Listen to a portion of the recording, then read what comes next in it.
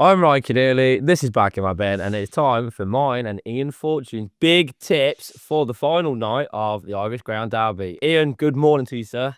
Morning, Ryan. How are you? You did well to get me this week. It's been a bit of a mental one, but all roads lead to Saturday night at Shelburne Park. Yes, absolutely. Again, I appreciate your time as well. And yeah, what only really because it's just a reminder really of how good a judge I am, really. But anyway, right, we'll get to that shortly. Semi-finals night. Yeah, two very interesting races, and obviously there's a big headline. There was a lot of debate going on social media, and yeah, I think it's added really to the Derby storyline. Pereira got knocked out of the Derby, and then it got a reprieval, a bit like yourself, really. Actually, there was still a second vote. There was chance, there's still chance. The live support machine's still not been turned off yet. Ian Pereira said, "Talk to me."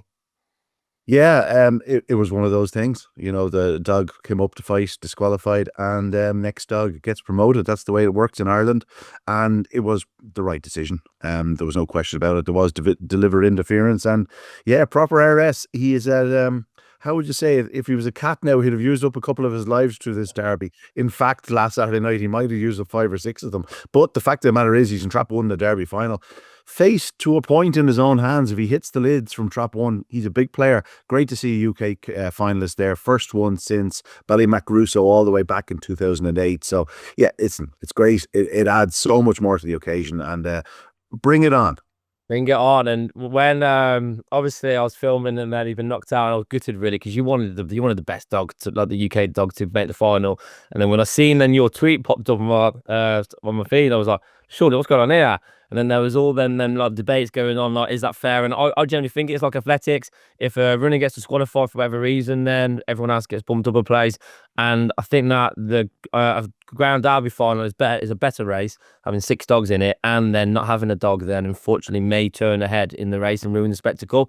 I think the draw as well for Pereira, he couldn't have actually. I know there's a bit of a thing about track one, but being inside Magical Mag, I think that could be key to Pereira's chances here, because obviously Magical Mag very trappy, may then for me affect then I guess certain cheap sandwiches on the outside then, and not being him able to get a clear around that first 2 bends. But yeah, how do you see the final, Ian?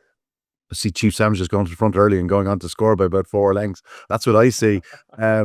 He is the one dog that is just going from strength to strength to strength. His run the other night was stunning. He wins by 12.5 lengths. And I know there was stuff going on in behind, but it's a long, long way to make up that ground for the likes of, those in behind him. The other heat was won by Glengar Silent in 29-26. So he's about 12 spots behind.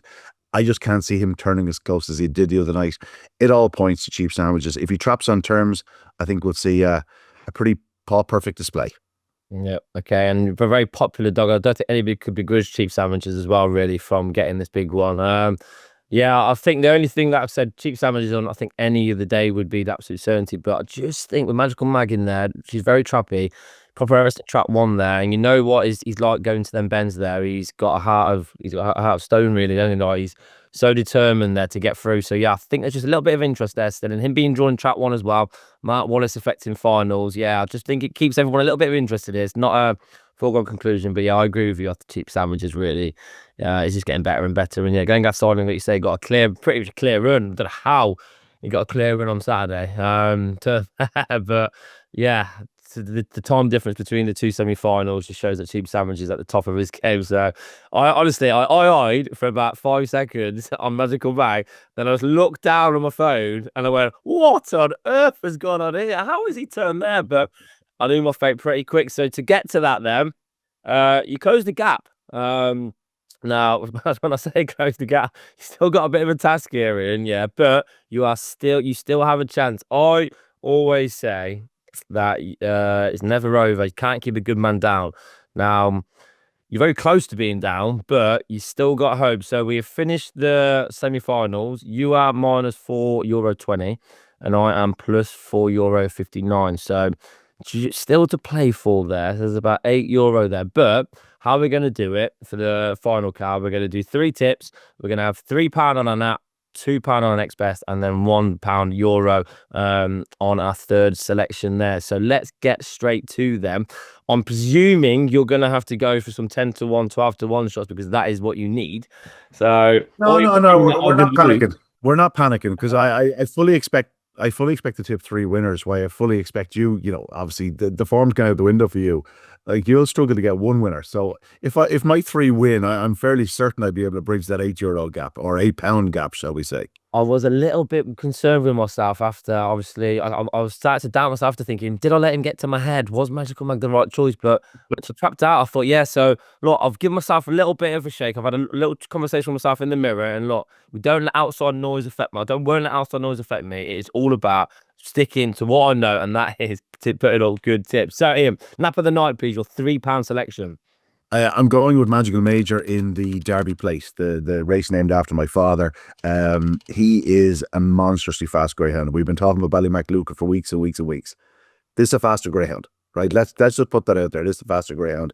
He got all sorts of traffic last week. He found himself 12 lengths behind. He's beaten 3 parts of a length in a short head.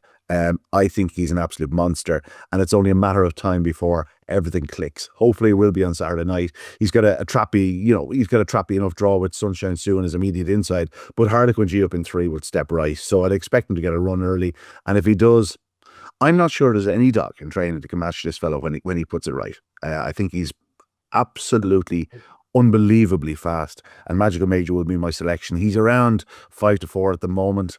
I'd be hoping he'd stay at around that price. So if when your €3 You need him to. your £3 loses and my 5 to 4 £3 winner wins, all of a sudden we're neck and neck, and then it comes down to our last two tips, right? So that's my £3 tip. What about yourself? So that's was that a nap at 5 to 4 occasion? Right, so we're just going right then. So my nap. I'm saying that on comes to that now. My nap of the night goes in the very last race actually, over the 600 yard, the 549 meter trip, and it is Hussein Pickles in trap 4. I think it'll be around about even money. Ran an unbelievable race. I actually think probably a harder race on Saturday night actually, and yeah, when batting back to bet hit the front, I thought hi that was it, because shock I bet him. He seems to have the weight of my money on him now. Slowed down the back straight there, and then Hussein Pickles ran a monster race really for me. Thrived, loved every meter of the 549 meter trip there, and I think really good draw here. Great to see Arthur Job as well, a UK runner in trap 3. We love to see that, and credit to Connections, credit to Shavon Park for allowing Arthur Job right in this race. But I think great draws been races. Hussein Pickles being drawn on the inside of the wide runners, Arthur Job inside, I think can do the business. So £3 at around about even money-ish I'm hoping for. I think that will just solidify the competition. But mate, I'm saving the best till last. So I'm actually going to be giving you a little bit of interest here. I'm trying to keep people entertained here, because generally they'd be switching off now. This is the fight. I'm just thinking I probably should have just napped, next bested, and put the £1 on cheap sandwiches, because when your 3 tips lose, like all of a sudden I'm in front, you know what I mean? No, listen, Hussein Pickles, big chance. I just can't wait until Ballymac Axel beats her and you're left crying into your hands because the ex UK runner should have backed that. Yeah. My next best is in the consolation final. He didn't run very well the other evening, but he's got Happy Jet and Ballyhooly Bruno on his inside on Saturday night. I'm going to go with Sing Along Curly and take a chance that he sort of finds that 3:33 or a late 3:30 sectional, and if doing so, he might just turn in front in the consolation final. I think trap 3 is probably close enough to ideal for him, so I'll take a chance that he gets loose. Yeah, price reckon? I haven't even looked at the race really. I sort of just glanced through the card, without giving too much away, Ryan. It's very early in the morning, as you could probably hear from my voice. Just for people at home, you obviously know it's very early in the morning, but he'll certainly be odds against. I would imagine he'll be in around the 2-to-1, 9-to-4 mark. Okay, perfect. Okay, all right. So that'll be £2 down for you again then. So right then, so for me, for me now, my next bet's going to be in the 8:18 Droopy Patriot trap 2. Has already beat. I looked at the race first and then was worried that Fairport and Harvey could be a little bit of an issue inside, but then the line of form obviously where Droopy Patriot led Fairport and Harvey fair and square really, and yeah, I didn't do it right. I was thinking it was the second round, was it? Yeah, second round, and didn't do it right. The traps are there, but I think now, yeah, a little break, and I think we can see the best of Droopy's Patriot. 480 meters as well, I think will suit perfectly as well. So yeah, trap out, turn left, and that will be that. So my £2 now. I'm hoping for around about, if I get even money again, I'm just playing it safe really. It's going to be just a consistent. I'm going to be, so at this point I'll be €2 up there. So extend the gap slightly. So yeah, I think, and these are just people would say they're a bit boring and safe, but I just see them as being winners. So it's really hard to argue with that fact, isn't it? So that is my next best. And then our last selection then, Ian. So you won Euro tip, and I'm presuming now, because this is desperation for you, you've got a 20-1 banker for it. No, no, absolutely not. No, we're just going to stick with a bit of consistency because, as I said, I'm expecting you to trip up, getting to tie your laces or something like that.